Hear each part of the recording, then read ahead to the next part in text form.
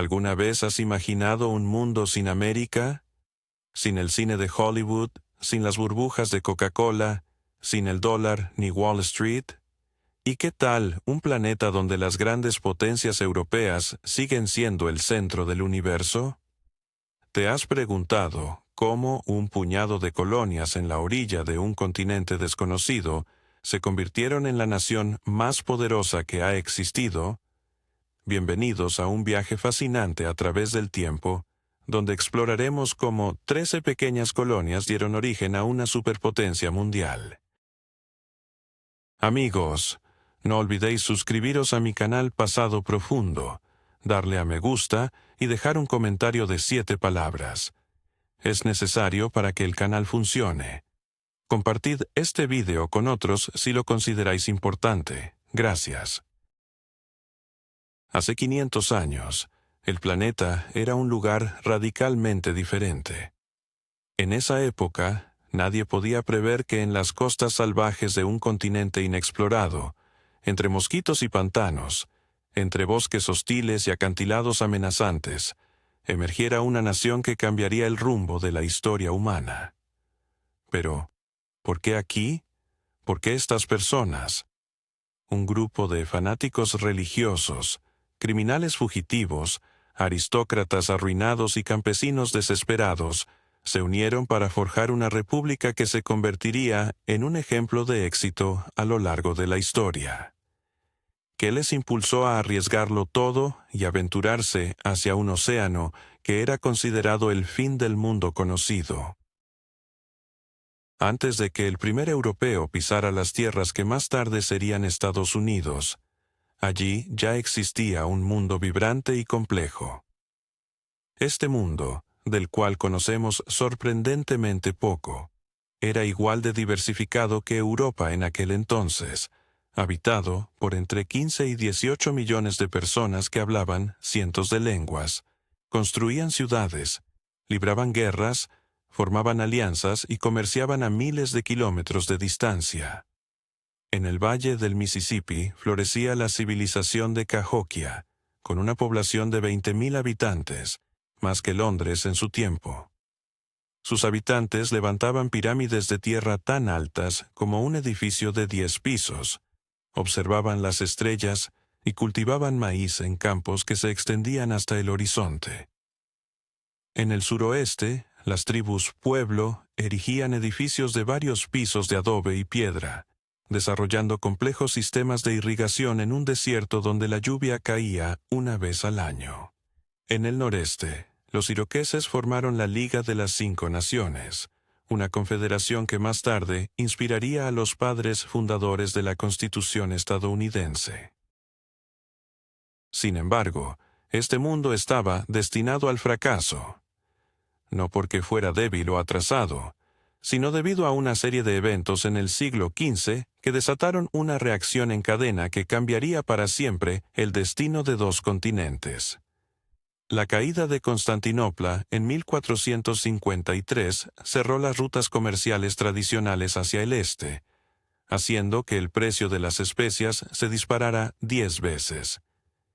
La demanda de pimienta era tan alta que llegó a costar más que el oro. Ante esta situación, los monarcas europeos comenzaron a buscar nuevas rutas hacia la India. España acababa de finalizar la Reconquista, una guerra de 800 años contra los moros, y miles de soldados profesionales quedaron sin trabajo, con las arcas reales vacías. El rey Fernando y la reina Isabel necesitaban dinero y nuevas tierras para mantener su recién unificado reino a flote.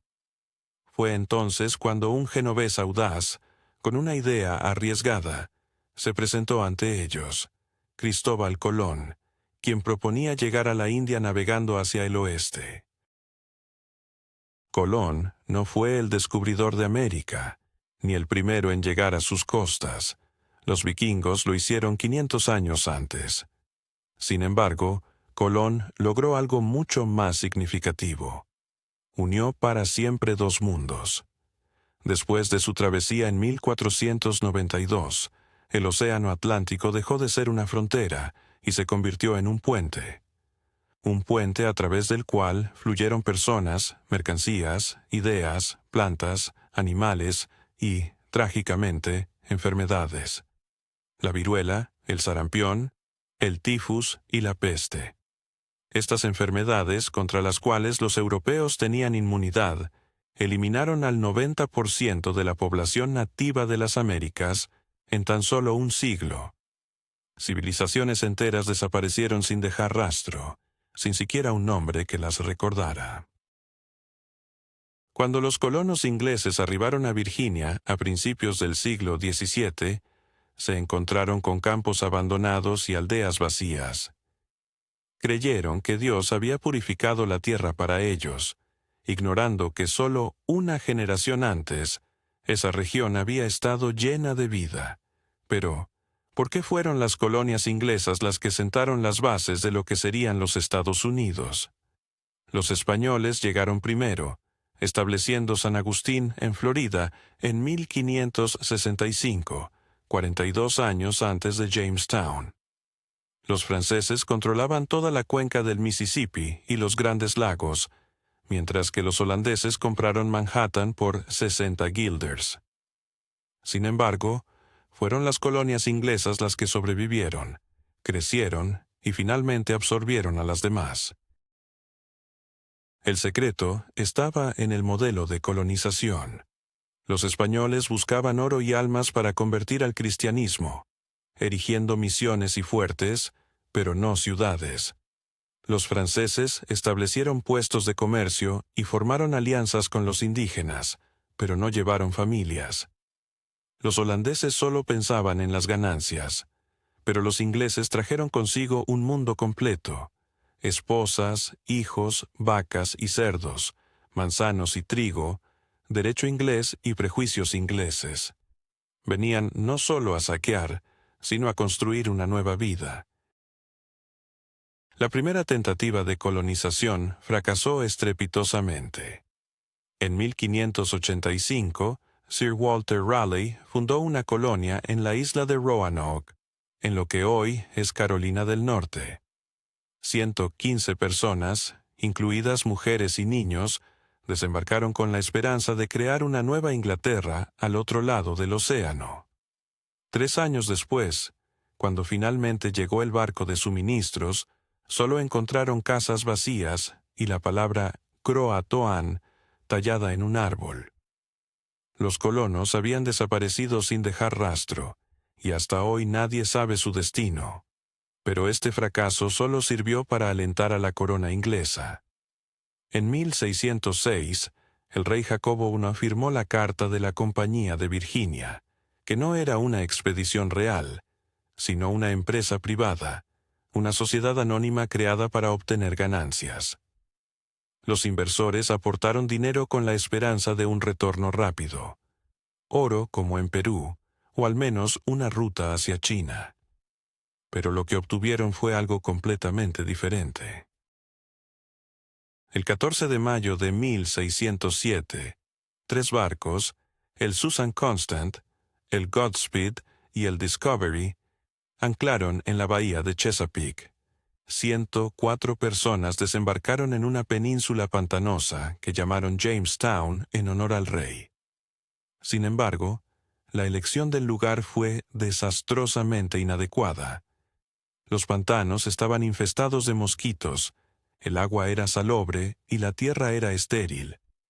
Pero los colonos no tenían intención de dedicarse a la agricultura. Más de la mitad eran caballeros, gente que nunca había sostenido una pala en sus manos. La primera invierno cobró 2/3 de los colonos. El hambre, las enfermedades y los enfrentamientos con los indígenas del pueblo Powhatan llevaron a los sobrevivientes a consumir sus zapatos de cuero, ratas e, incluso, rumores de canibalismo. La colonia estaba al borde de la extinción cuando ocurrió un evento que lo cambiaría todo. John Rolfe, uno de los colonos, se casó con Pocahontas, la hija del jefe Powhatan, y trajo semillas de tabaco de las Indias Occidentales. El tabaco salvó a Virginia. Europa se volvió loca por esta planta. Fumar se consideraba un remedio para todas las enfermedades, desde la peste hasta la melancolía.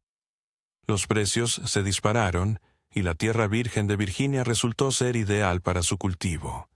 En 10 años, la exportación de tabaco creció de 0 a 500,000 libras. Así, lo que comenzó como un intento fallido de colonización se transformó en una rica industria que sentaría las bases para el futuro floreciente de lo que eventualmente se convertiría en los Estados Unidos de América. El sudor y la determinación de aquellos primeros colonos marcarían el inicio de una historia que cambiaría el mundo para siempre. ¿Cuánto poder se puede acumular en manos de unos pocos? ¿Qué sucede cuando la fe se convierte en un instrumento de control? ¿Fue la búsqueda de la libertad religiosa una puerta abierta a nuevas opresiones? La historia de los colonos en América nos ofrece respuestas fascinantes y a menudo perturbadoras. Imagina un paisaje donde el tabaco crece en cada esquina, incluso en los cementerios, junto a las Biblias que guían a una comunidad con una visión utópica. Así era la vida en Jamestown, donde los colonos abandonaron todo lo demás, incluso el cultivo de alimentos, para dedicarse exclusivamente a la producción de tabaco. Su líder, John Winthrop, pronunció un sermón a bordo del barco insignia Arbella, que sentó las bases de lo que se conocería como la excepcionalidad americana. Él proclamó que serían como una ciudad en una colina, y que los ojos de todo el mundo estarían puestos sobre ellos. Creían que habían establecido un pacto con Dios. Si lograban construir una sociedad justa, recibirían prosperidad. Pero si fallaban, enfrentarían un destino similar al de Sodoma y Gomorra.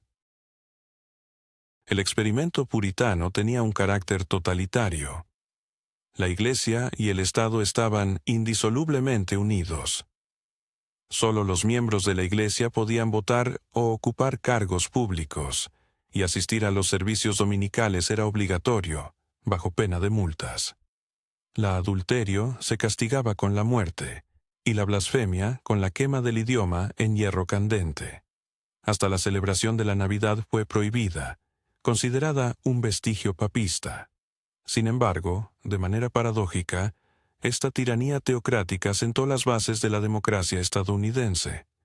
Los puritanos valoraban la educación, convencidos de que cada persona debía leer la Biblia. En 1635 establecieron la Latin School de Boston y en 1636 fundaron el Harvard College. Para finales del siglo XVII, el nivel de alfabetización en Nueva Inglaterra superaba al de Inglaterra. La creencia en la autogobernanza también era fundamental. Cada comunidad elegía a sus propios ancianos. Además, la ética del trabajo era un pilar esencial. La ociosidad era pecado, y el éxito en los negocios se consideraba una señal de la gracia divina. Sin embargo, no todos compartían la visión puritana.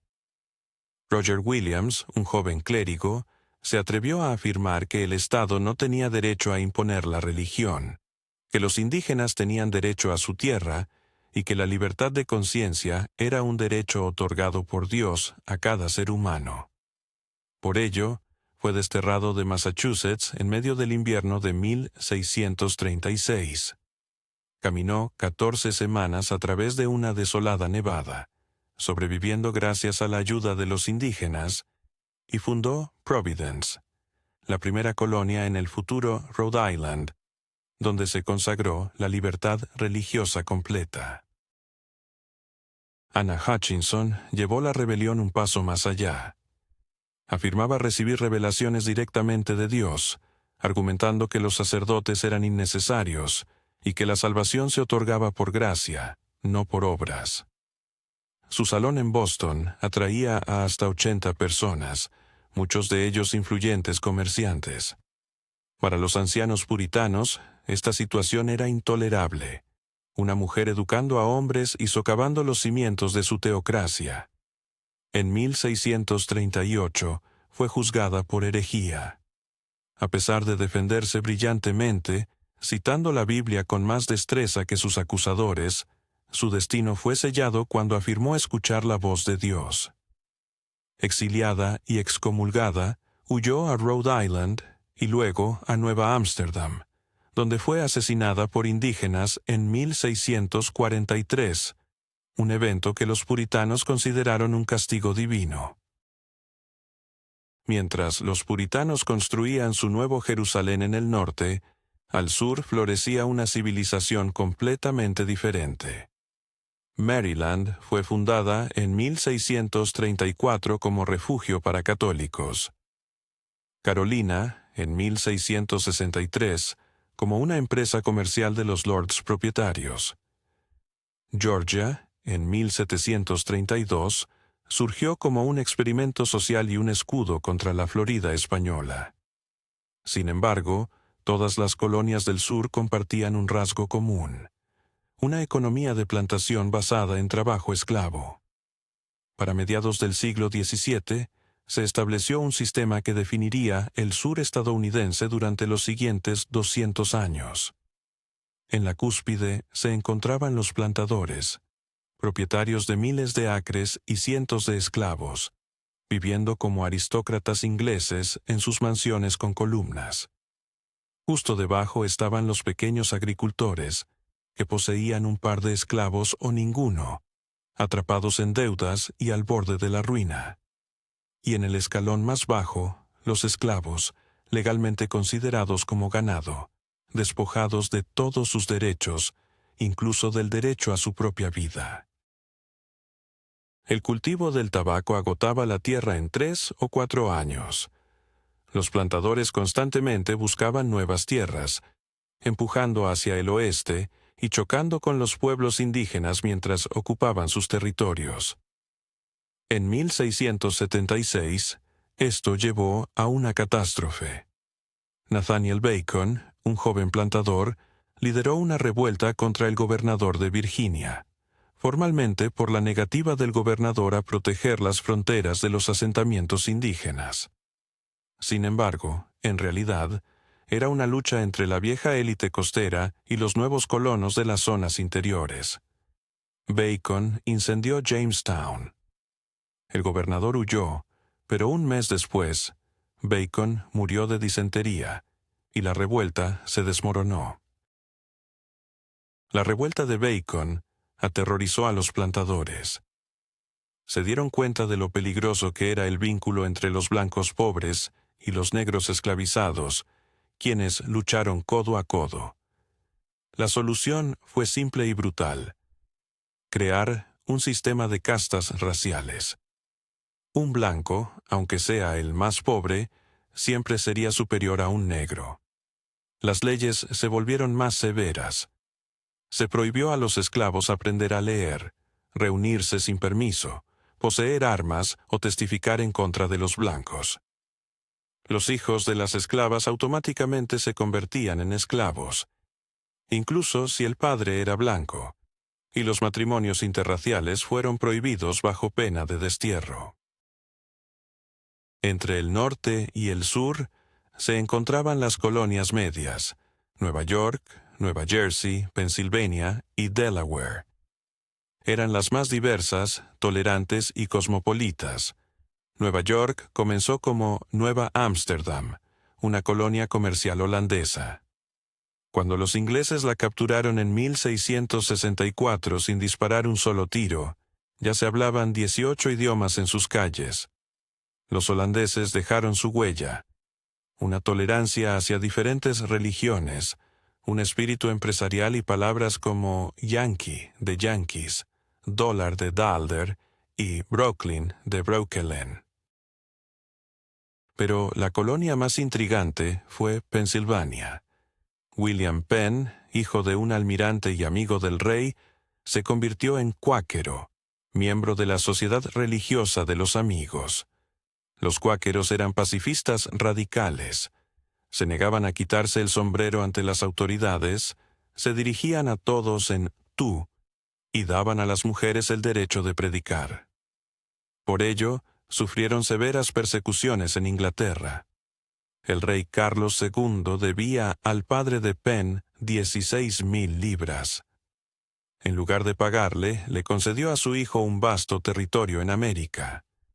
Penn llamó a su colonia Experimento Sagrado, prometiendo plena libertad religiosa, un trato justo hacia los indígenas, la ausencia de un ejército permanente y un sistema penitenciario centrado en la rehabilitación y no en el castigo.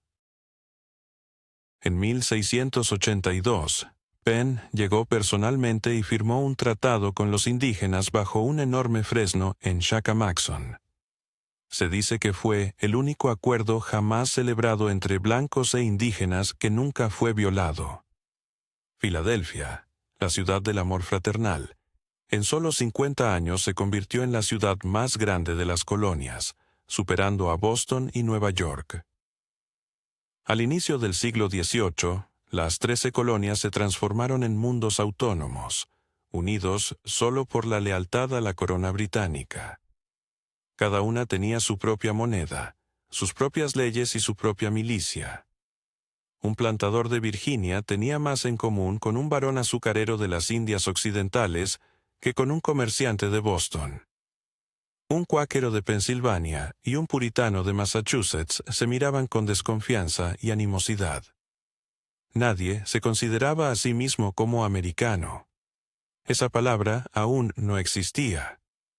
Sin embargo, de manera subyacente, invisible para los contemporáneos, algo nuevo comenzaba a formarse. El océano Atlántico no solo creaba una distancia geográfica, sino también psicológica. Los decretos reales llegaban con 3 meses. ¿Alguna vez te has preguntado cómo un simple incidente pudo desencadenar una guerra mundial?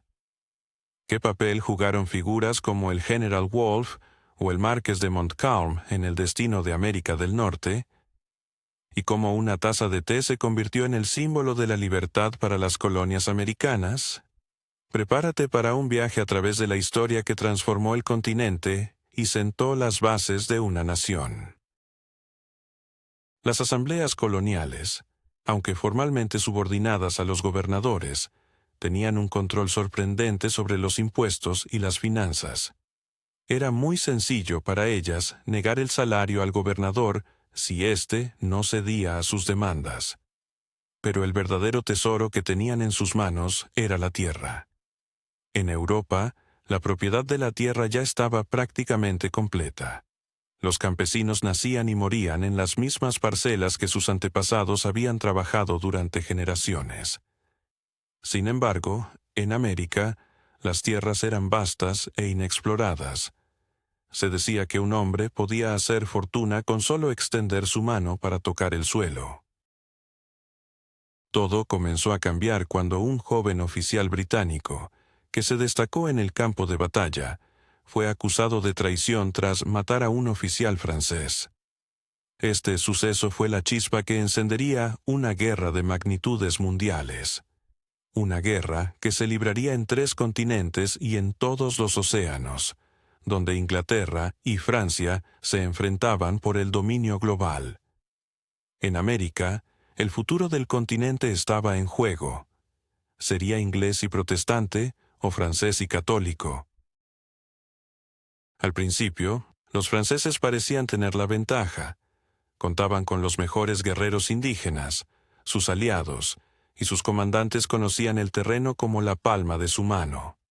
Pero Inglaterra poseía una poderosa flota que bloqueaba las colonias francesas de recibir refuerzos, además de recursos financieros prácticamente ilimitados. El punto de inflexión llegó en septiembre de 1759, en la batalla de las Llanuras de Abraham, cerca de Quebec. El general británico Wolfe, en una audaz maniobra nocturna, llevó a su ejército a escalar escarpadas rocas y al amanecer los alineó frente a la ciudad. El Marqués de Montcalm, en lugar de esperar detrás de las murallas, decidió salir al campo de batalla. La contienda duró apenas 15 minutos, pero ambos líderes cayeron heridos de muerte. Sin embargo, la victoria fue británica. Un año después, Montreal sucumbió, y la Francia en América dejó de existir. El Tratado de París de 1763 entregó a Inglaterra toda Canadá y las tierras francesas al este del río Mississippi. España, aliada de Francia, cedió Florida. La Empire británica en América del Norte se duplicó en tamaño. Los colonos celebraron, pues la amenaza francesa que había pendido sobre ellos durante más de un siglo había desaparecido. Ahora, nada impedía su expansión hacia el oeste, hacia las tierras interminables más allá de los Apalaches. Pero en Londres, la perspectiva era diferente. La guerra había costado 140 millones de libras, y la deuda nacional se había duplicado. Era lógico que los colonos, por quienes se había luchado, contribuyeran a sufragar esos gastos. Después de todo, un agricultor inglés pagaba 26 veces más en impuestos que su homólogo americano. El primer aviso llegó con la Proclamación Real de 1763, que prohibía el asentamiento al oeste de los Apalaches. Oficialmente se argumentó que era para evitar conflictos con las tribus indígenas. Pero en realidad, Londres no quería que los colonos se dispersaran en un territorio que sería difícil de controlar. Para los colonos, especialmente los plantadores de Virginia y los especuladores de tierras como George Washington, esto fue un golpe devastador. Pero la verdadera tormenta comenzó con la Ley del Timbre de 1765. Cada documento legal, cada periódico y hasta cada baraja de cartas debía tener un sello especial, por el que había que pagar. Este fue el primer impuesto directo impuesto por el Parlamento a las colonias. Hasta entonces, las colonias establecían sus propios impuestos a través de sus asambleas. La reacción fue explosiva. «No habrá impuestos sin representación», gritaban los colonos. Si eran británicos, tenían derecho a elegir a quienes los grababan. Pero en el Parlamento no había ni un solo representante americano. En Boston, una multitud asaltó la casa del recaudador del impuesto del timbre. En Nueva York, colgaron y quemaron su efigie. Los comerciantes anunciaron un boicot a los productos ingleses. Los Hijos de la Libertad, sociedades secretas formadas en todas las colonias, aterrorizaban a cualquiera que se atreviera a vender las marcas del timbre. Por primera vez, las colonias actuaron de manera unida. En octubre de 1765, se celebró en Nueva York el Congreso del Timbre, donde representantes de 9 colonias se reunieron y enviaron una petición al rey, reafirmando su lealtad, pero negando el derecho del Parlamento a imponerles impuestos. Bajo la presión de los comerciantes ingleses, que perdían dinero por el boicot, el Parlamento derogó la Ley del Timbre en marzo de 1766. Los colonos celebraron su victoria, pero el mismo día, el Parlamento aprobó un acto declarativo que afirmaba su derecho a hacer cualquier ley para las colonias en todos los casos, sin excepción. La siguiente embestida llegó en 1767 con los Actos Townshend, que imponían aranceles sobre el vidrio, las pinturas, el papel y el té. Se trataba de impuestos externos sobre importaciones, no internos como el del timbre. Pero los colonos no se dejaron engañar. Nuevas protestas y boicots surgieron. Las mujeres se negaron a beber té, y esta bebida se convirtió en símbolo de tiranía. En su lugar, preparaban un té de libertad hecho con hierbas locales. Las Hijas de la Libertad tejían tela en casa en lugar de comprar la inglesa. La tensión aumentaba, especialmente en Boston, donde las tropas británicas estaban estacionadas. Los soldados y ciudadanos chocaban frecuentemente. El 5 de marzo de 1770, una multitud comenzó a lanzar bolas de nieve y piedras a los centinelas. Los soldados, en un acto desesperado, abrieron fuego, resultando en la muerte de 5 personas. La masacre de Boston, como los patriotas la llamaron de inmediato, se convirtió en un oro propagandístico. Paul Revere grabó un cuadro que mostraba a los soldados británicos disparando fríamente contra ciudadanos desarmados, aunque la representación no fue del todo precisa. Sin embargo, la imagen quedó grabada en la conciencia colectiva.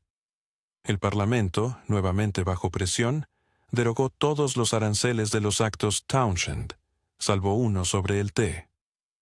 Un pequeño impuesto, simbólico, solo para reafirmar el principio de su derecho a grabar. Transcurrieron 3 años de relativa calma, pero en 1773 el Parlamento aprobó la ley del té, que otorgaba a la Compañía de las Indias Orientales el monopolio sobre la venta de té en las colonias. Aunque el té se volvió más barato, incluso con el impuesto, para los colonos la cuestión era de principio. Aceptar el té barato significaba reconocer el derecho del Parlamento a imponer impuestos. En Nueva York y Filadelfia, los barcos con té dieron la vuelta. En Charleston, el té fue descargado, pero guardado en un almacén.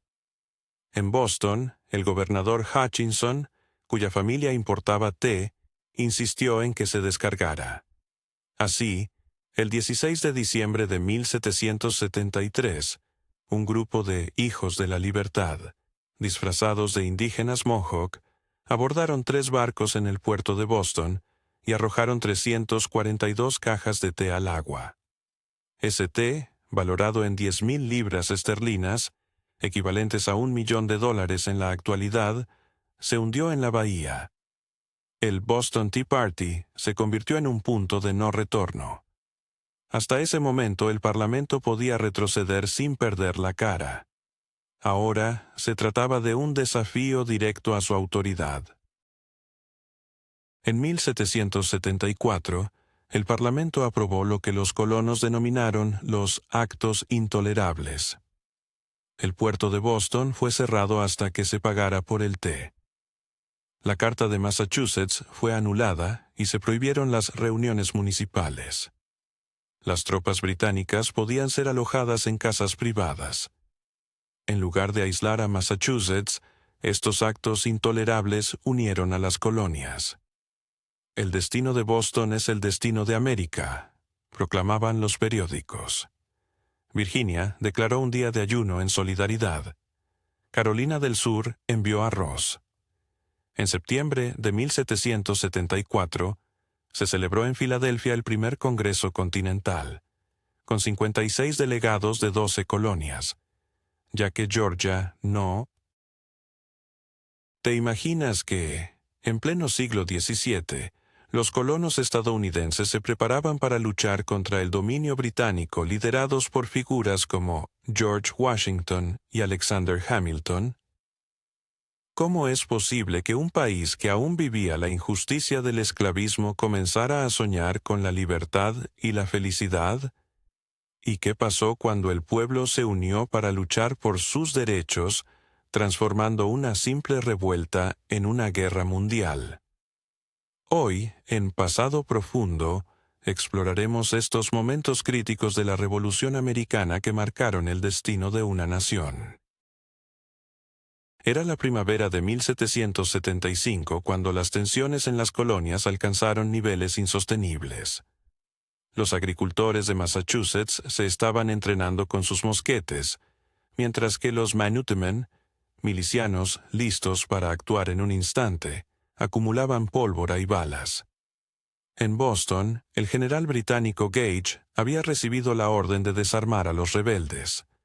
En la noche del 18 de abril, envió a 700 soldados a Concord, donde, según informes de inteligencia, se encontraba un depósito de armas. Pero los patriotas estaban preparados y alertas. Las palabras vida, libertad y la búsqueda de la felicidad, escritas por Thomas Jefferson, un dueño de esclavos en una nación donde la esclavitud era legal y las mujeres carecían de derechos, contenían las semillas de un futuro que aún estaba por definirse.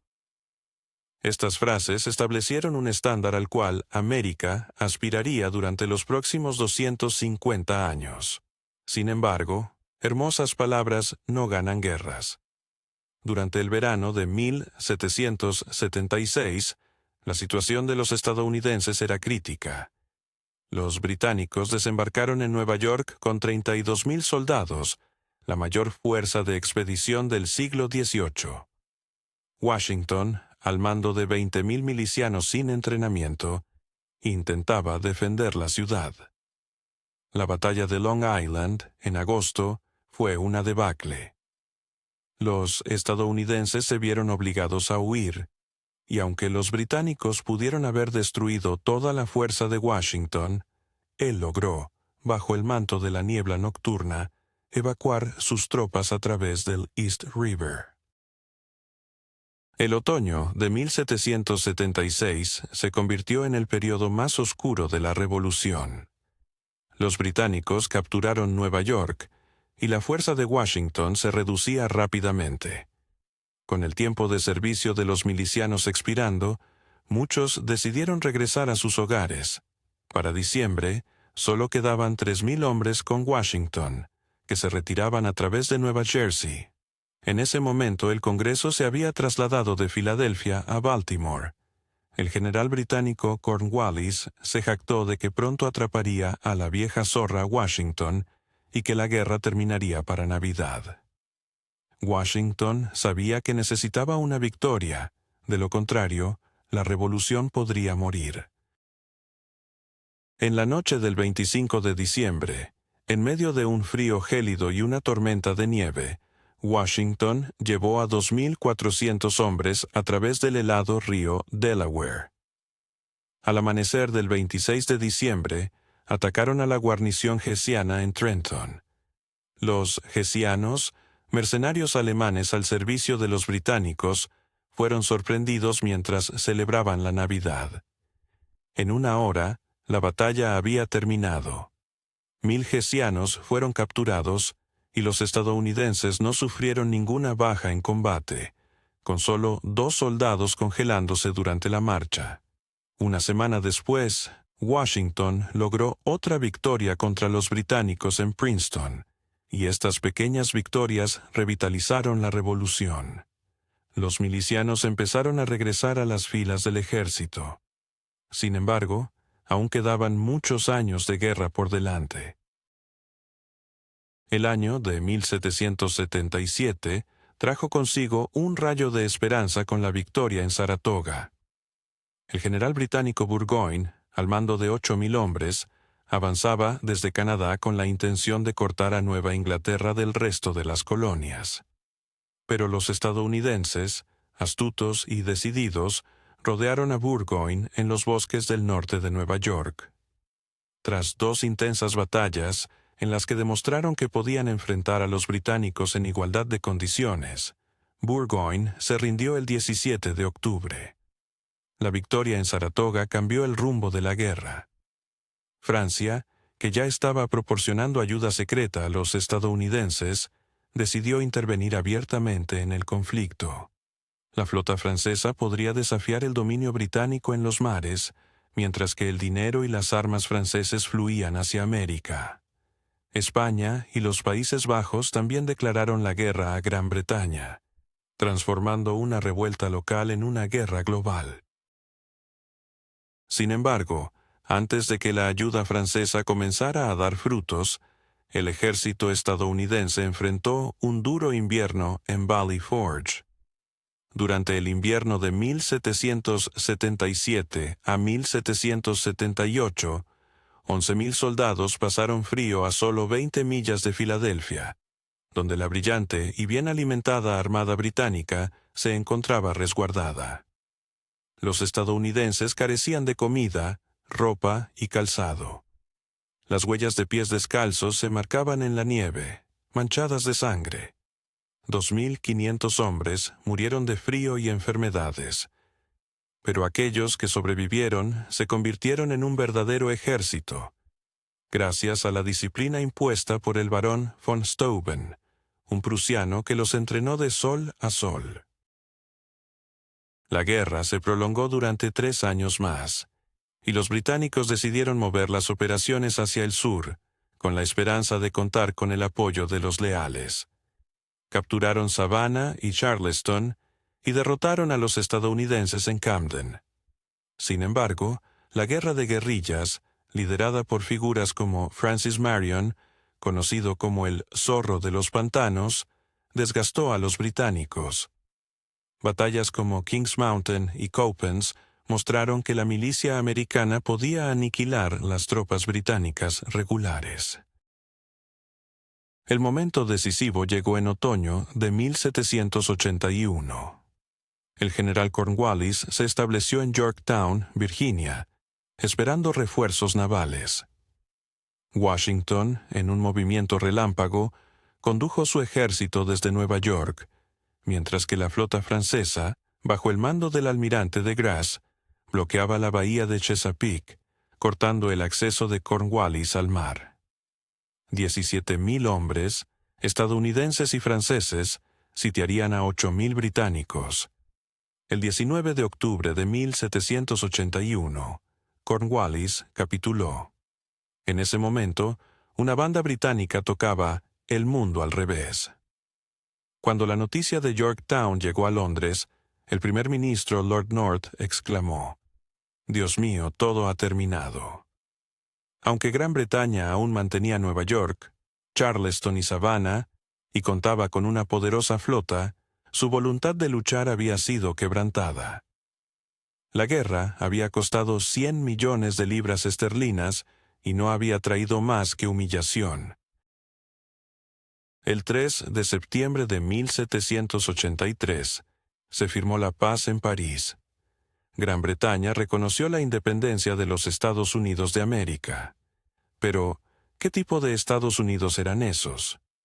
13 repúblicas independientes, unidas solo por los artículos de confederación, un documento que creaba una liga de amistad en lugar de una nación. El Congreso no podía recaudar impuestos, regular el comercio, ni obligar a los estados a cumplir con sus decisiones. Solo podía pedir, rogar y suplicar. Las dificultades comenzaron de inmediato. Las tropas no recibían salarios durante meses. En marzo de 1783, los oficiales en Newburgh estaban listos para un motín. Solo la intervención personal de Washington, quien se puso unas gafas y dijo: «Señores, no solo he envejecido, sino que casi me he quedado ciego al servicio de esta patria», evitó un golpe militar. En junio, soldados furiosos rodearon el edificio del Congreso en Filadelfia, exigiendo dinero. El Congreso huyó a Princeton. La economía estaba en ruinas. Cada estado imprimía su propio dinero, que rápidamente se devaluaba. La frase «no vale un continental», que denotaba completa inutilidad, surgió de la moneda continental del Congreso. Los estados estaban en guerra entre sí a través de guerras arancelarias. Nueva York imponía aranceles a los productos provenientes de Nueva Jersey y Connecticut. Virginia y Maryland discutían sobre la navegación en el Potomac. En el año 1786 estalló la rebelión de Shays en Massachusetts. Daniel Shay, un veterano revolucionario, lideró a los agricultores que eran encarcelados por deudas. Cerraban los tribunales, quemaban documentos de deuda y marchaban hacia el arsenal en Springfield. La rebelión fue sofocada por la milicia, pero mostró cuán cerca estaba el país de la anarquía. George Washington escribió: «Predigo un mal si no hay poder en el gobierno». Alexander Hamilton, un brillante joven abogado de Nueva York, abogaba por la creación. ¿Te imaginas a un grupo de gigantes, con figuras como George Washington y Benjamin Franklin, encerrados en un salón, en pleno calor del verano de Filadelfia? ¿Qué decisiones cruciales se tomaron en esos debates que definieron el futuro de una nación? ¿Cómo las tensiones sobre la expansión territorial y el dilema del esclavismo llevaron a una guerra que cambiaría el rumbo de la historia estadounidense? 55 delegados de todos los estados, a excepción de Rhode Island, estaban reunidos en el Independence Hall. Las ventanas, cubiertas con persianas, no dejaban entrar la calidez del sol, asegurando la confidencialidad de lo que allí se discutía. Era un encuentro de titanes. Washington presidía la reunión, otorgando legitimidad a todo el proyecto simplemente con su presencia. Franklin, a sus 81 años, era llevado al salón en una litera debido a su gota. Su ingenio y sabiduría aliviaban la tensión con chistes y anécdotas. Hamilton, apasionado y elocuente, hablaba durante horas, defendiendo un gobierno al estilo británico, encabezado por un presidente vitalicio. Madison, conocido como el padre de la Constitución, optaba por un tono más suave, pero cada una de sus palabras era escuchada con atención reverente. Los debates eran acalorados, y la cuestión de la expansión no tardó en aparecer en la conversación. Sin embargo, cada nuevo estado que se unía a la Unión traía consigo problemas, ya que alteraba el delicado equilibrio entre los estados libres y los esclavistas en el Senado. El Compromiso de Missouri de 1820 ofreció una solución provisional. Missouri se admitió como estado esclavista, mientras que Maine lo hizo como estado libre, y se prohibió la esclavitud al norte del paralelo 36 grados 30 minutos.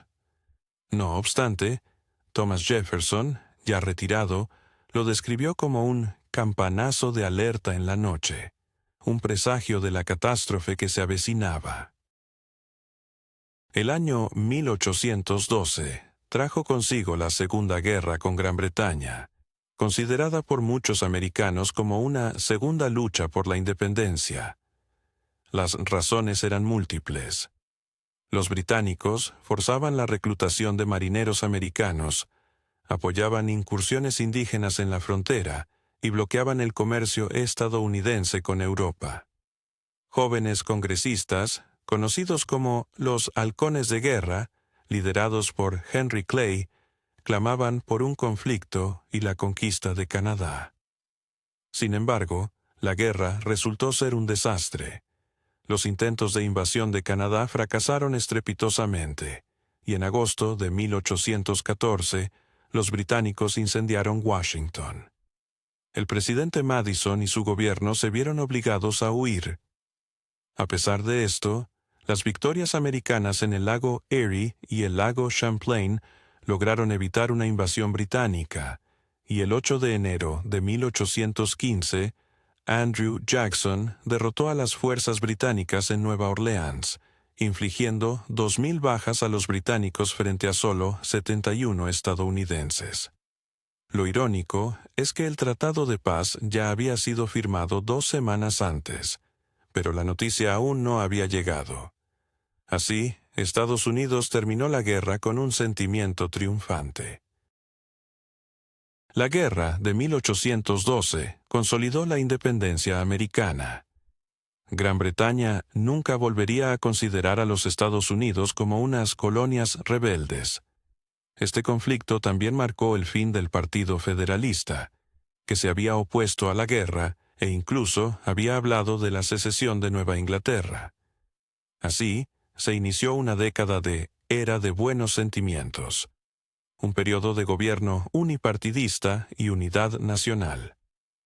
La doctrina Monroe de 1823 proclamó que el hemisferio occidental estaba cerrado a la colonización europea. Aunque Estados Unidos era demasiado débil para hacer cumplir esta amenaza, contaba con el respaldo de la flota británica. Sin embargo, esto se convirtió en una poderosa declaración de intenciones, reafirmando que ambas Américas eran consideradas como parte de su esfera de influencia. La década de 1820 trajo consigo una revolución democrática. Los requisitos de propiedad para votar fueron abolidos estado por estado. Para 1828, todos los hombres blancos podían ejercer su derecho al voto en casi todas partes. Las elecciones presidenciales de 1824 en las que Andrew Jackson obtuvo más votos, pero perdió ante John Quincy Adams en lo que se conoció como un trato corrupto, movilizaron a las masas. La victoria de Jackson en 1828 marcó el inicio de la era de la democracia jacksoniana. El antiguo héroe, el hombre del pueblo, se enfrentó a la élite del Este. Su inauguración se convirtió en una celebración popular, con multitudes que asaltaban la Casa Blanca, pisando los lujosos sofás con sus botas embarradas para ver a su ídolo. Los aristócratas estaban horrorizados, pero eso era la democracia americana en acción.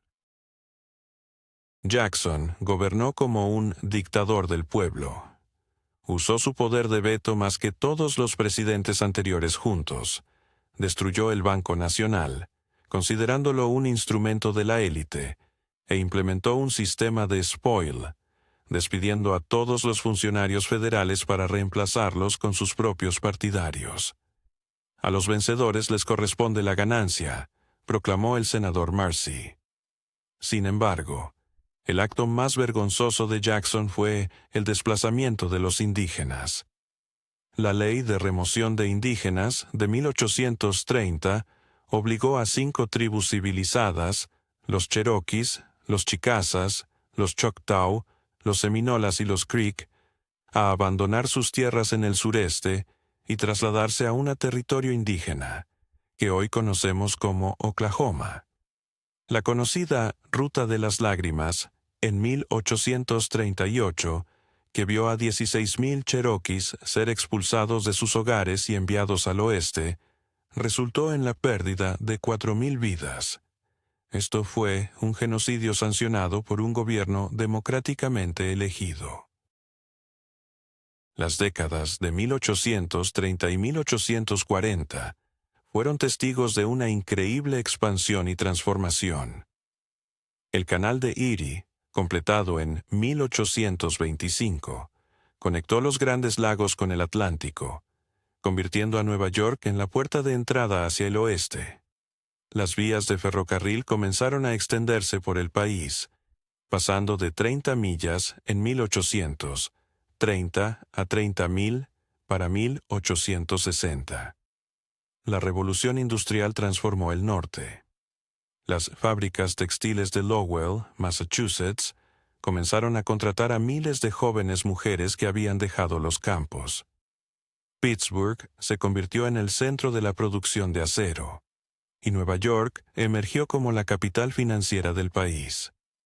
La inmigración se disparó con llegadas masivas de irlandeses huyendo de la hambruna de la papa y alemanes escapando de la represión política. Para 1860, 1 de cada 7 estadounidenses había nacido en el extranjero. El sur, por su parte, seguía un camino diferente.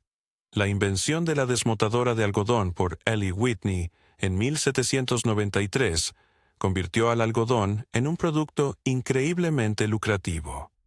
El algodón se convirtió en el rey, dominando la economía desde Carolina hasta Texas. Para 1860, el algodón representaba el 60% de las exportaciones estadounidenses, lo que generó una dependencia cada vez mayor de la mano de obra esclava, que creció de 700,000 en 1790 a 4 millones en 1860. Esto creó 2 sociedades diferentes dentro de una misma nación. El norte, industrial y urbano, con mano de obra contratada que atraía a inmigrantes, y el sur, agrario y rural, con mano de obra esclava, aislado en su propia burbuja cultural. Mientras el norte leía La cabaña del tío Tom, el sur se sumergía en las novelas románticas de Walter Scott. El norte construía escuelas y bibliotecas, mientras el sur prohibía la educación de los esclavos. Estas diferencias se volvían cada vez más irreconciliables. La idea del destino manifiesto, la creencia de que América estaba destinada por Dios a expandirse de océano a océano, comenzó a apoderarse de la imaginación nacional. Texas, colonizado por estadounidenses, se rebeló contra México en 1836. La Batalla del Álamo, donde 189 texanos perdieron la vida defendiendo la misión de miles de mexicanos, se convirtió en una leyenda. Recuerda el Álamo, se convirtió en un grito de guerra. Texas se proclamó como una república independiente, pero fue anexada a Estados Unidos en 1845, lo que llevó a México a romper relaciones diplomáticas. El presidente Polk, un ferviente expansionista, provocó la guerra al enviar tropas a un territorio disputado. En mayo de 1846, los mexicanos atacaron a una patrulla estadounidense. Polk afirmó ante él: ¿Te has preguntado alguna vez cómo Abraham Lincoln enfrentó la crisis de la esclavitud en Estados Unidos? ¿Por qué el sur, a pesar de estar en desventaja numérica y económica, contaba con los mejores generales como Robert E. Lee?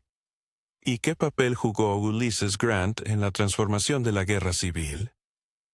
La respuesta a estas preguntas es fundamental para entender uno de los capítulos más cruciales de la historia estadounidense.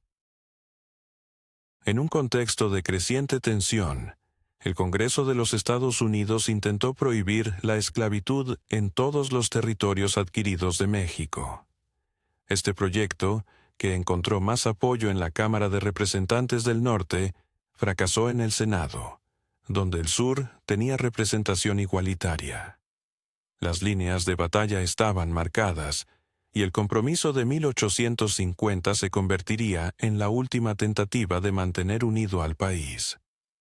California fue admitida como un estado libre, mientras que las nuevas tierras de Utah y Nuevo México debían decidir sobre la esclavitud mediante el principio de soberanía popular.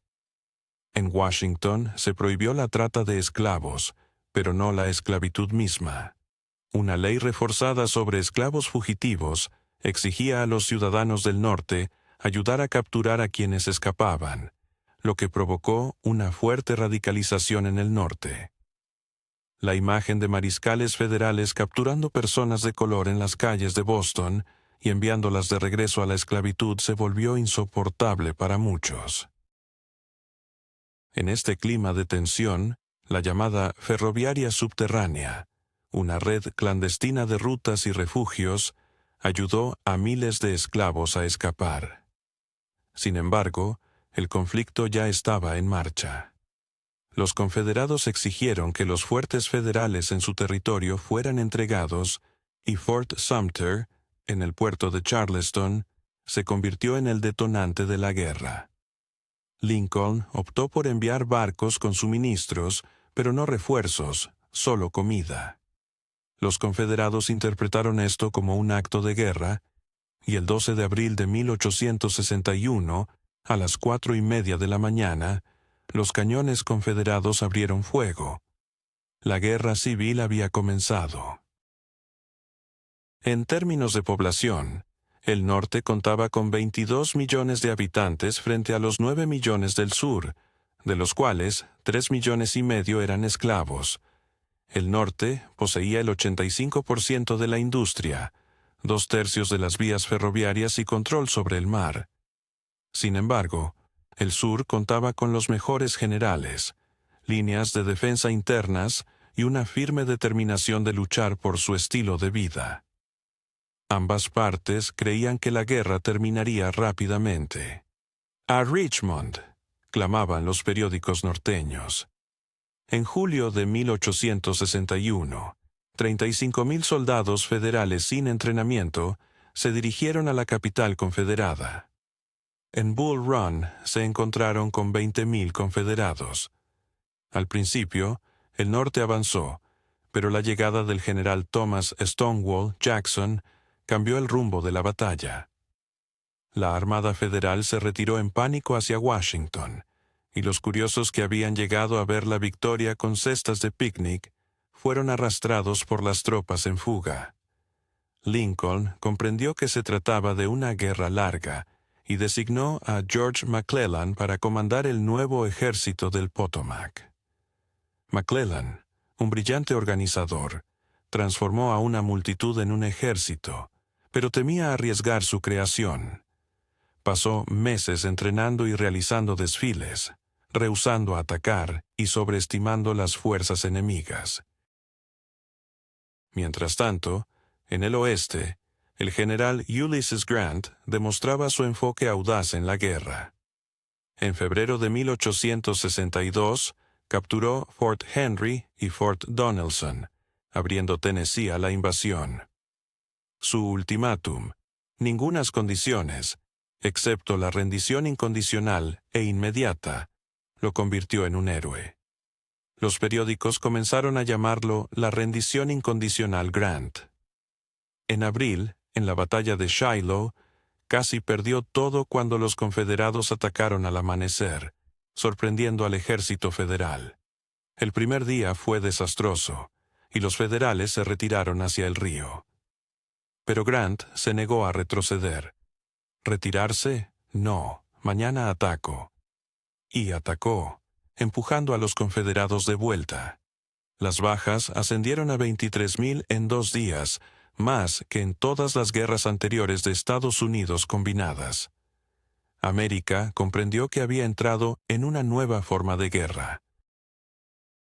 En el este, McClellan finalmente avanzó en la primavera de 1862, desembarcando a 100,000 hombres en una península entre los ríos York y James para atacar Richmond. Pero Robert Lee, recién nombrado comandante del ejército de Virginia del Norte, contraatacó en una serie de combates que se conocieron como la Batalla de los 7 días, logrando repeler a McClellan. Lee se convirtió en una leyenda del sur, un emblema del noble caballero luchando contra fuerzas abrumadoras. Luego, Lee pasó a la ofensiva, derrotando a los federales en la segunda batalla de Bull Run en agosto. En septiembre, invadió Maryland, esperando que una victoria en territorio del norte obligara a Lincoln a solicitar la paz o persuadir a Gran Bretaña y Francia a reconocer la Confederación. Sin embargo, una copia de sus órdenes, envuelta alrededor de 3 cigarros, fue encontrada por soldados federales. McClellan conocía todos los planes de Lee. El 17 de septiembre de 1862, en Antietam, tuvo lugar la batalla más sangrienta en un solo día de la historia estadounidense, con 23,000 bajas. Lee se vio obligado a retirarse a Virginia. Aunque técnicamente fue un empate, fue una victoria estratégica para el norte. Gran Bretaña y Francia decidieron esperar antes de reconocer a la Confederación. Lincoln aprovechó la ocasión de Antietam para anunciar una medida que cambiaría el rumbo de la guerra. El 22 de septiembre de 1862, emitió la Proclamación de Emancipación, declarando que todos los esclavos en los estados rebeldes serían libres a partir del 1 de enero de 1863. La guerra por la preservación de la Unión se había transformado en una guerra por la erradicación de la esclavitud. Aunque la proclamación era limitada y no liberaba a los esclavos en los estados fronterizos leales a la Unión o en partes ya ocupadas de la Confederación, alteró las dinámicas profundamente. 4 millones de esclavos ahora sabían que la victoria del norte significaba su libertad. Centenares de miles de ellos huyeron hacia las líneas de la Unión, y 200,000 hombres de color, en su mayoría ex-esclavos, se unieron al ejército de la Unión. El año 1863 se convirtió en un punto de inflexión. En mayo, Lee obtuvo su mayor victoria en Chancellorsville, derrotando a un ejército federal que era el doble de grande. Sin embargo, perdió a Jackson, su mejor general, quien fue abatido accidentalmente por sus propias tropas. Lee decidió invadir el norte nuevamente, con la esperanza de conseguir una victoria decisiva. Durante 3 días, del 1 al 3 de julio de 1863, tuvo lugar la batalla de Gettysburg, el enfrentamiento más grande jamás registrado en el hemisferio occidental, con 160.000 soldados luchando entre colinas y campos de Pensilvania. La famosa carga de Pickett, con 15.000 confederados avanzando a través de una milla de campo abierto bajo un fuego devastador, se convirtió en un símbolo de valentía desesperada. Lee se vio obligado a retirarse, habiendo perdido 1/3 de su ejército. Nunca más volvería a amenazar al norte. El mismo día, el 4 de julio, Grant capturó Vicksburg después de un asedio de 6 semanas. El Mississippi ahora estaba bajo control de la Unión, dividiendo a la Confederación en dos.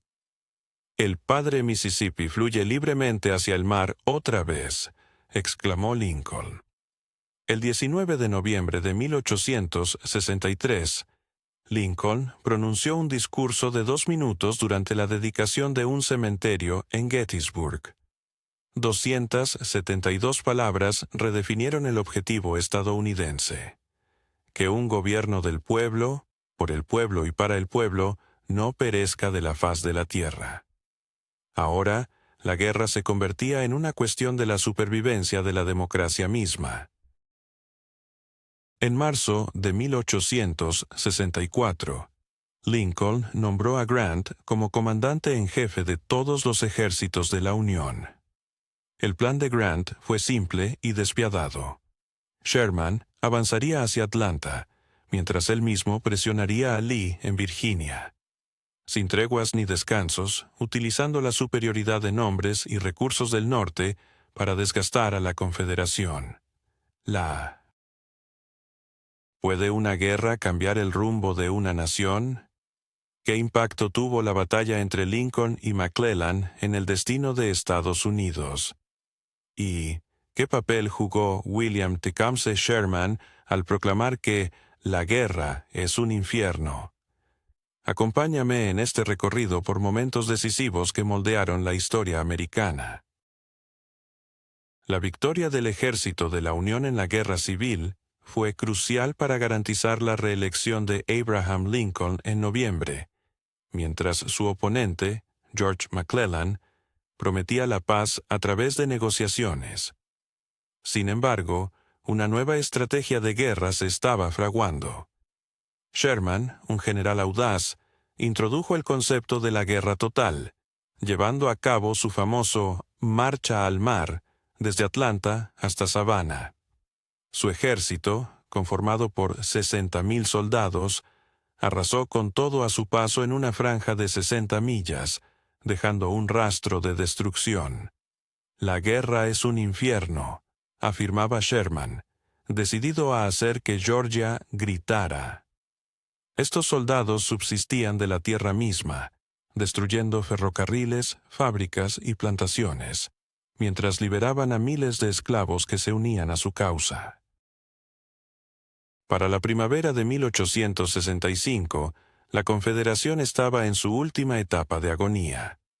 Richmond, la capital confederada, cayó el 3 de abril, y Robert E. Lee se retiraba hacia el oeste con 28.000 soldados hambrientos y desarrapados. Ulysses S. Grant, con 125.000 hombres bajo su mando, lo perseguía implacablemente. Finalmente, el 9 de abril, en el hogar de Wilmer McLean en Appomattox Court House, Lee se rindió. Grant, en un gesto de grandeza, permitió que los soldados confederados regresaran a casa y que los oficiales conservaran sus espadas, proporcionando raciones a todos.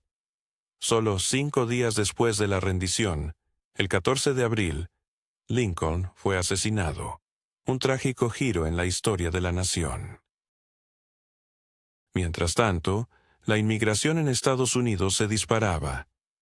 La isla de Ellis, inaugurada en 1892, procesaba a 5.000 personas a diario, mientras la Estatua de la Libertad, regalo de Francia en 1886, les daba la bienvenida con su famoso mensaje: «Dame tus cansados, tus pobres, tus masas hacinadas que anhelan respirar libremente». Las ciudades estadounidenses experimentaban un crecimiento explosivo.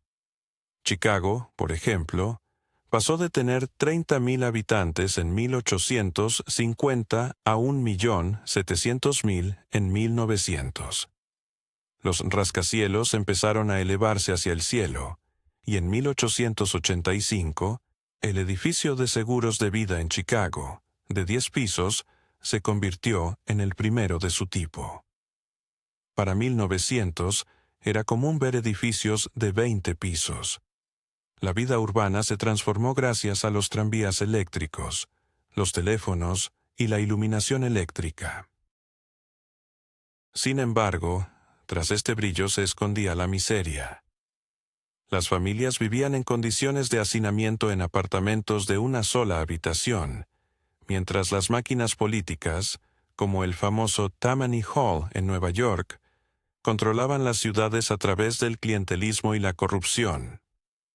El jefe Tweed, por ejemplo, se burlaba de la situación, afirmando haber robado $200 millones de las arcas de Nueva York.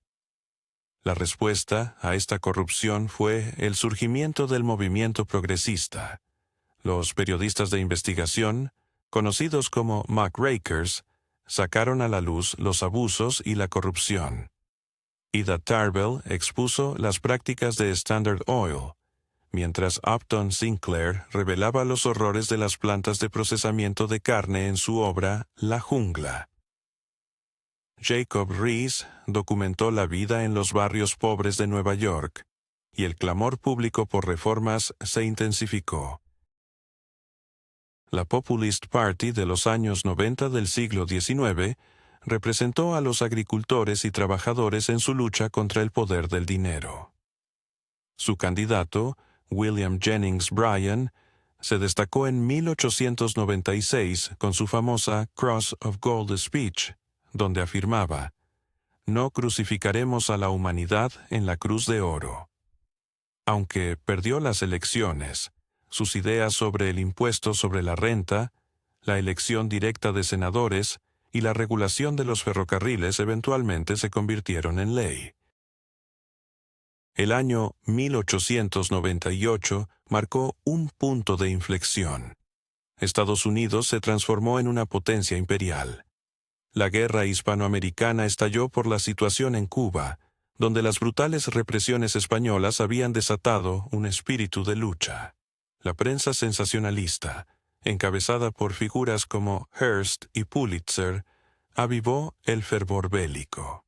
Cuando el acorazado Maine explotó en el puerto de La Habana, probablemente debido a un accidente, las publicaciones clamaron: «Recuerden el Maine». La guerra duró solo 4 meses. El comodoro Dewey destruyó la flota española en la bahía de Manila sin sufrir una baja. Roosevelt y sus Rough Riders tomaron San Juan Hill en Cuba. España capituló y Estados Unidos adquirió Puerto Rico, Guam y Filipinas, mientras Cuba se convertía en un protectorado. Sin embargo, los filipinos no deseaban el dominio americano más que el español, y así estalló la Guerra Filipina por la independencia entre 1899 y 1902, que costó 4.000 vidas americanas y 200.000 filipinas. Estados Unidos utilizó campos de concentración y torturas. Mark Twain se lamentaba: «Fuimos a liberar y terminamos conquistando».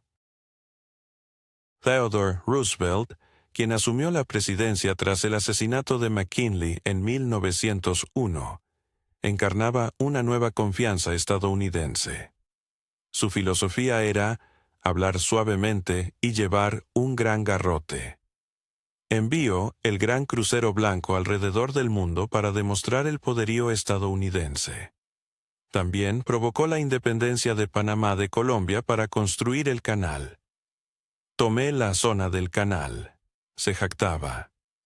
El canal de Panamá, finalizado en 1914 después de 10 años de trabajo y 25.000 muertes por enfermedades, redujo la distancia de 13.000 a 5.000 millas entre Nueva York y San Francisco. Ahora, Estados Unidos podía mover su flota rápidamente entre los océanos. Roosevelt fue el primer presidente moderno en usar el poder federal para regular los negocios. Destruyó Northern Securities, un monopolio ferroviario, y estableció la FDA para garantizar la seguridad alimentaria. Conservó 230 millones de acres como parques nacionales y bosques. Su Square Deal prometía justicia entre el trabajo y el capital. Sin embargo, las verdaderas reformas llegaron durante la era progresista. La 16ª enmienda de 1913 instituyó el impuesto sobre la renta. La 17ª introdujo la elección directa de senadores. La 18ª prohibió el alcohol y la 19ª otorgó el derecho al voto a las mujeres. El sistema de Reserva Federal estableció un banco central y las leyes antimonopolio desmantelaron los trusts. Las leyes sobre el trabajo infantil protegieron a los jóvenes trabajadores. La Primera Guerra Mundial transformó a Estados Unidos en una potencia mundial.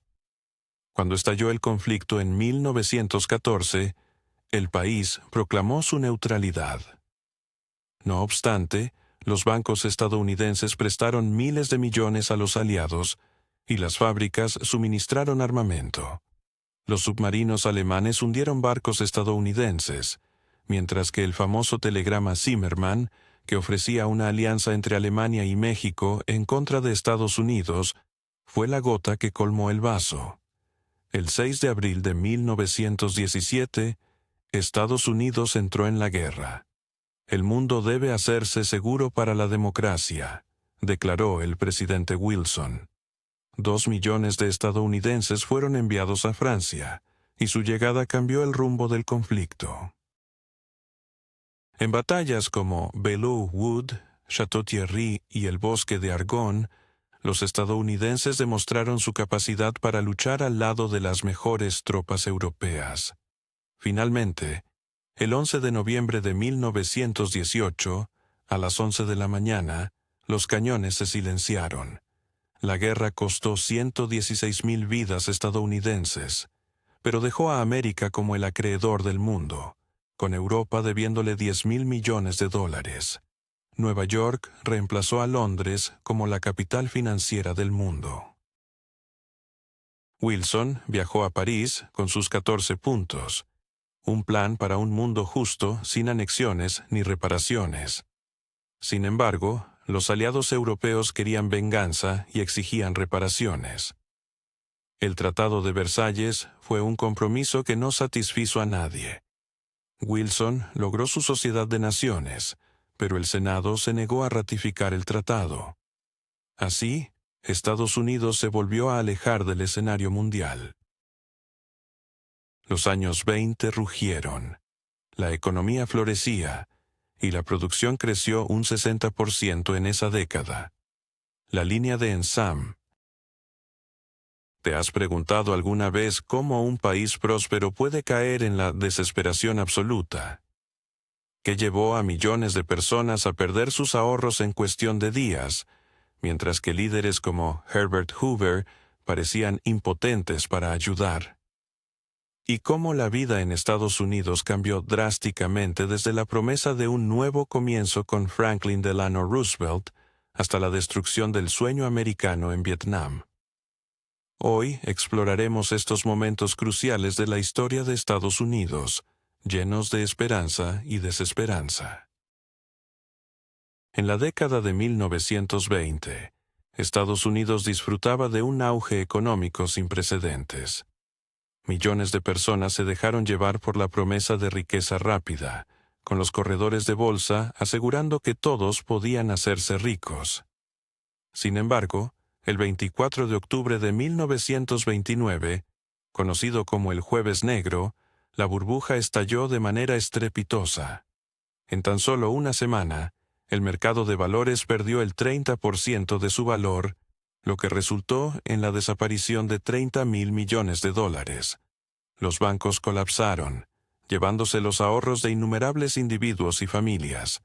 Para 1933, 1 de cada 4 personas estaba desempleada, sumando 13 millones de estadounidenses sin trabajo. La Gran Depresión se convirtió en una catástrofe económica de proporciones históricas.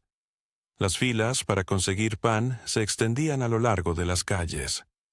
Las Hoovervilles, barrios de cartón y chapa, emergieron en cada ciudad, simbolizando la desesperación de aquellos que habían perdido todo. Los agricultores, incapaces de pagar sus hipotecas, perdían tierras que sus familias habían cultivado durante generaciones.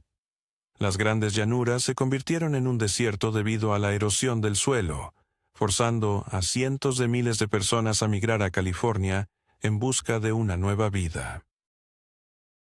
El presidente Hoover, que creía en el mínimo intervencionismo gubernamental, se mostraba impotente ante la magnitud de la crisis.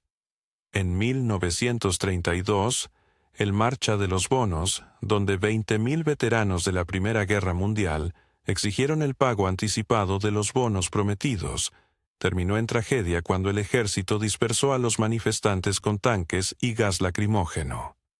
Sin embargo, la esperanza resurgió cuando Franklin Delano Roosevelt ganó las elecciones de 1932 con la promesa de un nuevo trato para el pueblo estadounidense.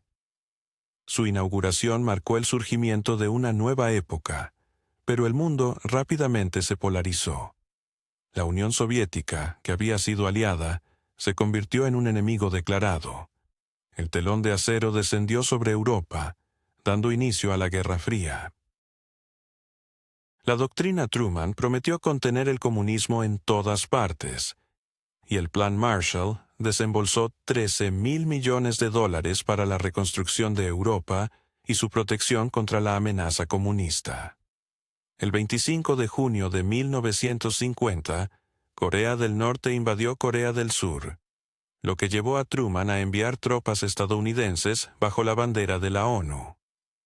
A medida que el general MacArthur se acercaba a la frontera china, China intervino en la guerra, retrocediendo a las fuerzas estadounidenses.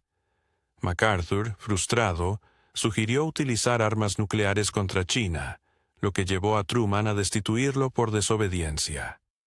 La guerra culminó en un estancamiento en 1953, donde había comenzado, en el paralelo 38. Los años 50 se convirtieron en una época de prosperidad sin precedentes. La Ley de Derechos de los Veteranos ofreció educación gratuita y hipotecas a bajo costo a los veteranos. Los suburbios crecían de manera explosiva. Levittown, en Long Island, se construyó con 17.000 casas idénticas en solo 4 años. Para 1960, más estadounidenses vivían en suburbios que en ciudades.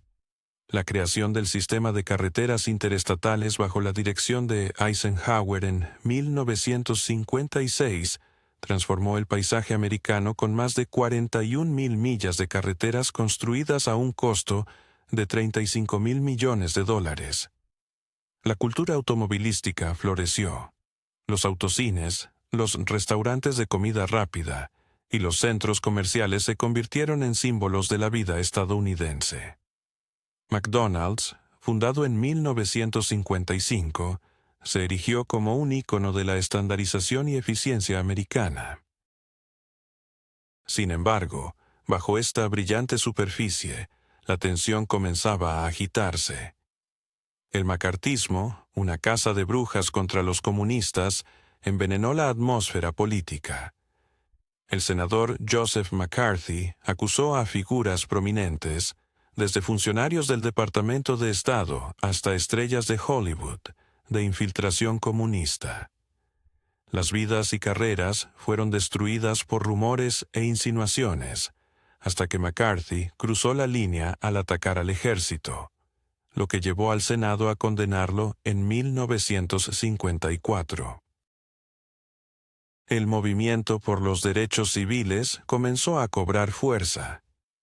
El 17 de mayo de 1954, la Corte Suprema en el caso Brown contra la Junta de Educación declaró que la segregación en las escuelas era inconstitucional. anulando la doctrina de separados pero iguales. El 1 de diciembre de 1955, Rosa Parks se negó a ceder su asiento a un blanco en un autobús de Montgomery. El boicot a los autobuses, liderado por un joven reverendo llamado Martin Luther King Jr., duró 381 días y culminó en la desegregación del sistema de transporte público. En 1957, en Little Rock, Arkansas, el gobernador utilizó la Guardia Nacional para impedir que 9 estudiantes negros ingresaran a la escuela secundaria Central High. Eisenhower envió la 109ª División Aerotransportada para garantizar su protección. Por primera vez desde la Reconstrucción, las tropas federales fueron utilizadas para proteger los derechos de los ciudadanos afroamericanos. El 4 de octubre de 1957, la Unión Soviética lanzó Sputnik, el primer satélite artificial, lo que conmocionó a América. Si los soviéticos podían lanzar un satélite, también podían lanzar un misil nuclear. La carrera espacial había comenzado, y la creación de la NASA en 1958 marcó un nuevo enfoque en la educación en matemáticas y ciencias como una prioridad nacional. Los años 60 comenzaron con una sensación de esperanza. John F. Kennedy, un presidente joven y carismático, el primer católico en ocupar el cargo, prometió abrir nuevas fronteras. En su discurso inaugural, instó a los ciudadanos a no preguntar qué podía hacer su país por ellos, sino qué podían hacer ellos por su país. El Cuerpo de Paz envió a jóvenes estadounidenses a ayudar a los países en desarrollo. Kennedy prometió llevar a un hombre a la Luna antes de que terminara la década. Sin embargo, la Guerra Fría se intensificaba. La invasión de Bahía de Cochinos en Cuba en abril de 1961 fracasó de forma estrepitosa. En agosto, los soviéticos construyeron el Muro de Berlín, y en octubre de 1962, la crisis de los misiles en Cuba llevó al mundo al borde de una guerra nuclear. Durante 13 días, Kennedy y Khrushchev jugaron a la gallina con el apocalipsis. Khrushchev cedió primero, retirando los misiles de Cuba a cambio de la promesa de no invadir la isla. El movimiento por los derechos civiles alcanzó su punto máximo. Las sentadas, las Freedom Rides y las marchas llenaron los titulares. En Birmingham, Alabama, en 1963, el comisionado de policía Bull Connor utilizó mangueras y perros policiales contra los niños manifestantes. Las imágenes televisivas impactaron a la nación. El 28 de agosto, 250,000 personas marcharon hacia Washington. King pronunció su famosa frase, "Tengo un sueño", en el monumento a Lincoln. Sin embargo, el 22 de noviembre de 1963, Kennedy fue asesinado en Dallas, Texas. Lee Harvey Oswald fue arrestado, pero fue asesinado por Jack Ruby antes de poder ir a juicio. La nación quedó traumatizada, y las teorías de conspiración comenzaron a proliferar. La Comisión Warren concluyó que Oswald actuó solo, pero las dudas persisten hasta el día de hoy. Lyndon Johnson utilizó la conmoción por la muerte de Kennedy para implementar el programa más ambicioso de reformas sociales desde el Nuevo Trato. La Gran Sociedad y la guerra contra la pobreza dieron origen a Medicare y Medicaid. Ampliaron la seguridad social, financiaron la educación y construyeron viviendas. La Ley de Derechos Civiles de 1964 prohibió la discriminación, mientras que la Ley de Derechos Electorales de 1965 garantizó el derecho al voto para los afroamericanos. Sin embargo, ¿recuerdas cuando el hombre pisó la luna y todos celebramos como una nación unida? ¿O el día en que el mundo se estremeció con los ataques del 11 de septiembre? ¿Qué pasó con la gloria de Estados Unidos cuando se enfrentó a sus peores crisis internas? Acompáñame en este viaje a través de los momentos cruciales de la historia reciente de América, donde héroes y villanos, triunfos y tragedias se entrelazan en un relato que aún resuena. La década de 1965 fue testigo de la creciente agitación por la Guerra de Vietnam, conflicto que se prolongó durante 5 años más.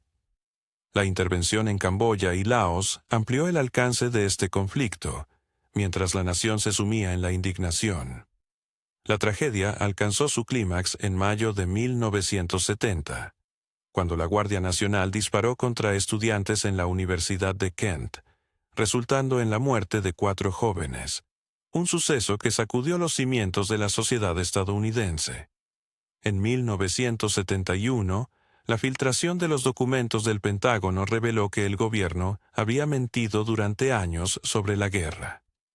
Finalmente, en enero de 1973, los acuerdos de paz de París pusieron fin a la participación estadounidense en este conflicto, pero a un alto costo, 58.000 vidas perdidas. Solo 2 años después, el régimen de Vietnam del Sur sucumbió ante la ofensiva comunista. Estados Unidos había experimentado su primer gran fracaso militar, unas heridas que tardarían décadas en sanar.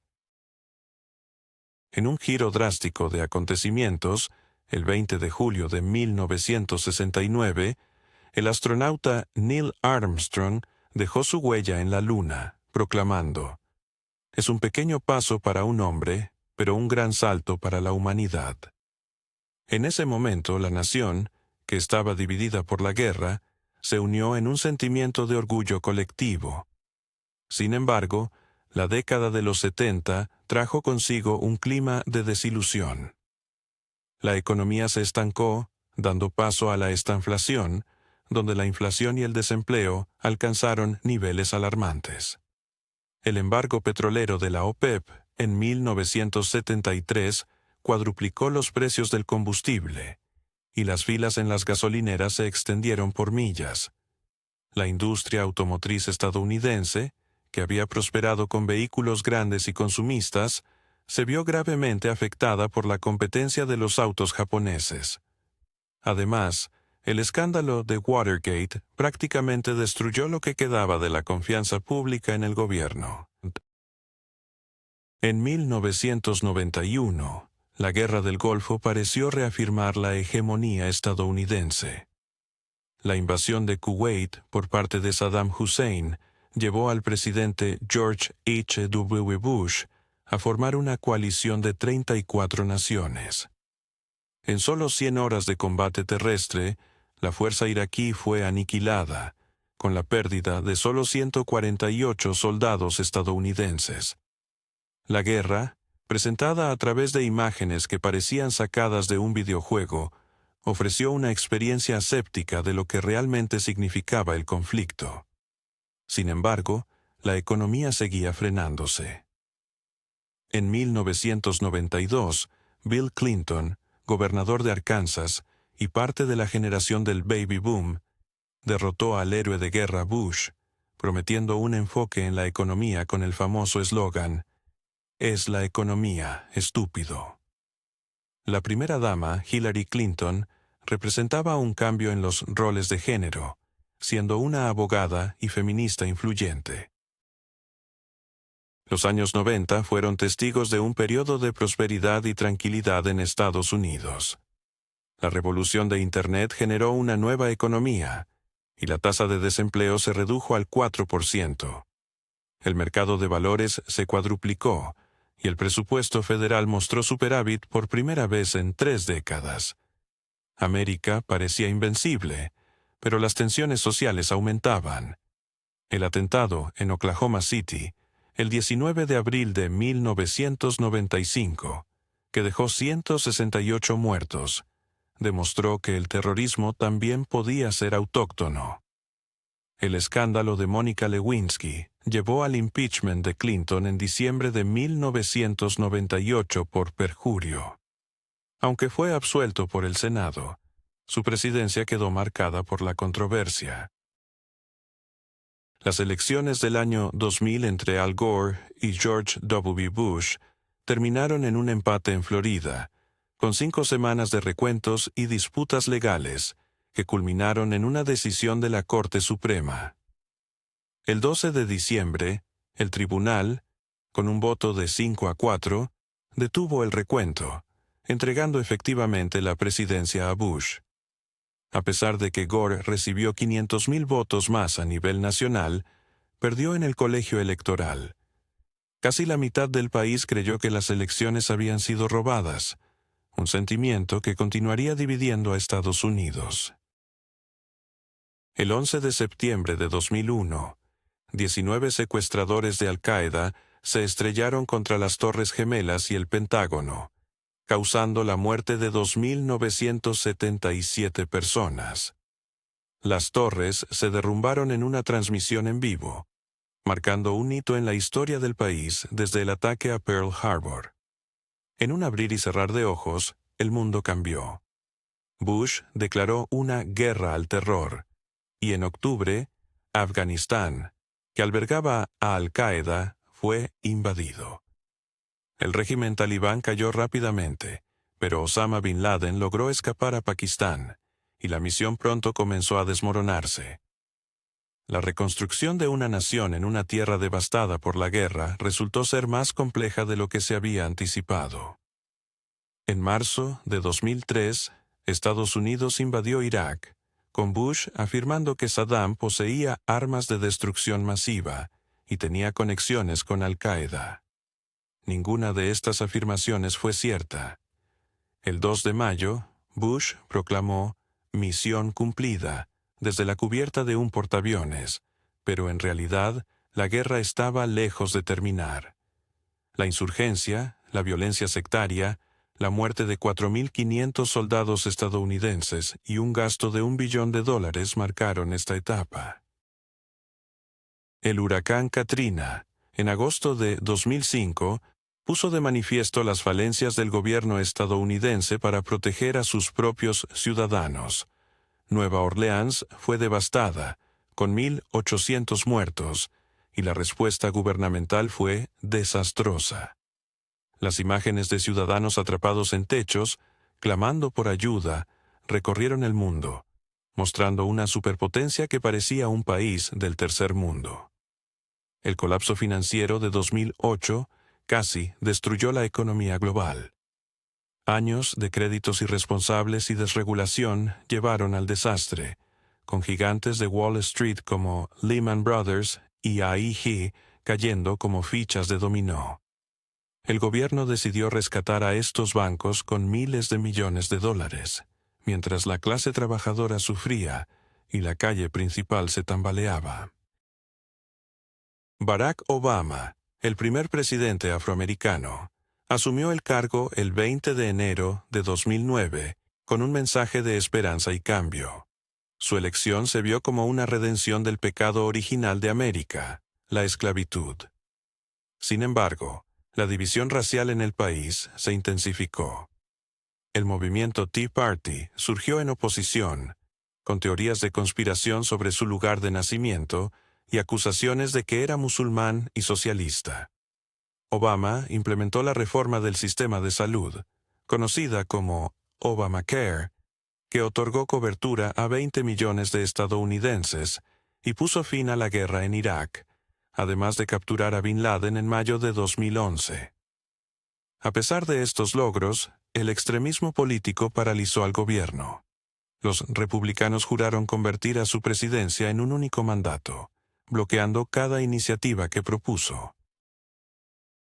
Estados Unidos se volvía cada vez más polarizado, los estados rojos contra los estados azules, las áreas urbanas contra las rurales, los educados contra los no educados. Las redes sociales crearon cámaras de eco donde la gente solo escuchaba lo que confirmaba sus prejuicios. Los hechos se volvieron disputables y la verdad se volvió relativa. En 2016, Donald Trump, un magnate inmobiliario y estrella de un reality show sin experiencia política, ganó la presidencia prometiendo hacer a América grande nuevamente. aunque perdió el voto popular por 3 millones de votos, triunfó en el colegio electoral. Su toma de posesión el 20 de enero de 2017 fue recibida con las mayores protestas en la historia estadounidense. La presidencia de Trump desmanteló normas e instituciones establecidas.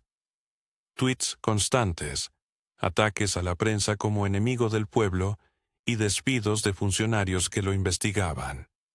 El consejero especial Robert Mueller investigó la injerencia rusa en las elecciones de 2016, resultando en 34 acusaciones, pero Trump proclamó su inocencia. La pandemia de COVID-19, que comenzó en marzo de 2020, reveló las profundas fracturas en la sociedad estadounidense. La nación. ¿Es posible que la democracia esté más cerca del abismo de lo que pensamos? ¿Qué llevó a que el 6 de enero de 2021 un grupo de seguidores de Donald Trump asaltara el Capitolio? ¿Puede un país dividido y traumatizado encontrar la forma de sanar y seguir adelante? Aquella fatídica jornada, tras un clima de tensiones acumuladas, un asalto sin precedentes tuvo lugar en el corazón de la democracia estadounidense. En medio de la certificación de los resultados electorales, 5 vidas se apagaron, y con ellas, el frágil equilibrio de una nación que parecía estar colgando de un hilo. Cuando Joe Biden asumió la presidencia el 20 de enero de 2021, Estados Unidos no solo enfrentaba los estragos de una pandemia que aún azotaba a su población, sino que también lidiaba con una economía tambaleante y una sociedad profundamente dividida. La mitad del país vivía convencida de que las elecciones habían sido robadas, lo que dejaba el nivel de confianza en las instituciones públicas en un mínimo histórico. La imagen de una América desmoronándose se dibujaba con claridad. Sin embargo, si echamos un vistazo a la historia, descubrimos que la división y la crisis no son fenómenos nuevos en el país del tío Sam. Desde la Guerra Civil hasta la Gran Depresión, desde las protestas de Vietnam hasta el escándalo de Watergate, cada generación ha enfrentado su propio conjunto de desafíos, convencida de que el final estaba cerca, y, en cada ocasión, se ha demostrado que estaban equivocadas. La fortaleza de Estados Unidos no radica en su aparente unidad, sino en su capacidad para funcionar a pesar de las diferencias, para adaptarse y recuperarse de las adversidades. La Constitución, a pesar de sus imperfecciones, estableció un sistema que, aunque flexible, no se quiebra bajo presión. La transferencia pacífica del poder, el imperio de la ley y la libertad de prensa son pilares que han resistido ataques a lo largo de los años. A pesar de las tempestades, América se mantiene como una de las naciones más poderosas del planeta. Su economía sigue siendo la más grande, sus fuerzas armadas son incomparables, y su cultura tiene un impacto global. El dólar estadounidense continúa siendo la divisa de reserva, y el inglés es considerado el idioma de los negocios a nivel mundial. Hollywood, Silicon Valley y Wall Street siguen siendo epicentros de influencia incomparables. No obstante, los desafíos que enfrenta Estados Unidos son reales y apremiantes. La ascensión de China como potencia global, el cambio climático que amenaza nuestro entorno, el aumento de la desigualdad social y el retroceso de la democracia en diversas partes del mundo son temas preocupantes que requieren atención. Además, la revolución tecnológica ha comenzado a desestabilizar mercados laborales tradicionales, y el avance de la inteligencia artificial plantea interrogantes inquietantes sobre el futuro del trabajo humano. No olvides dar un me gusta, pues esto ayuda a otros a encontrar estas historias. Hasta la próxima, cuando nos embarcaremos nuevamente en un viaje a través del tiempo, explorando cómo el pasado ha moldeado nuestro presente y cómo puede iluminar el camino hacia el futuro. La historia nunca termina, solo espera ser contada de nuevo,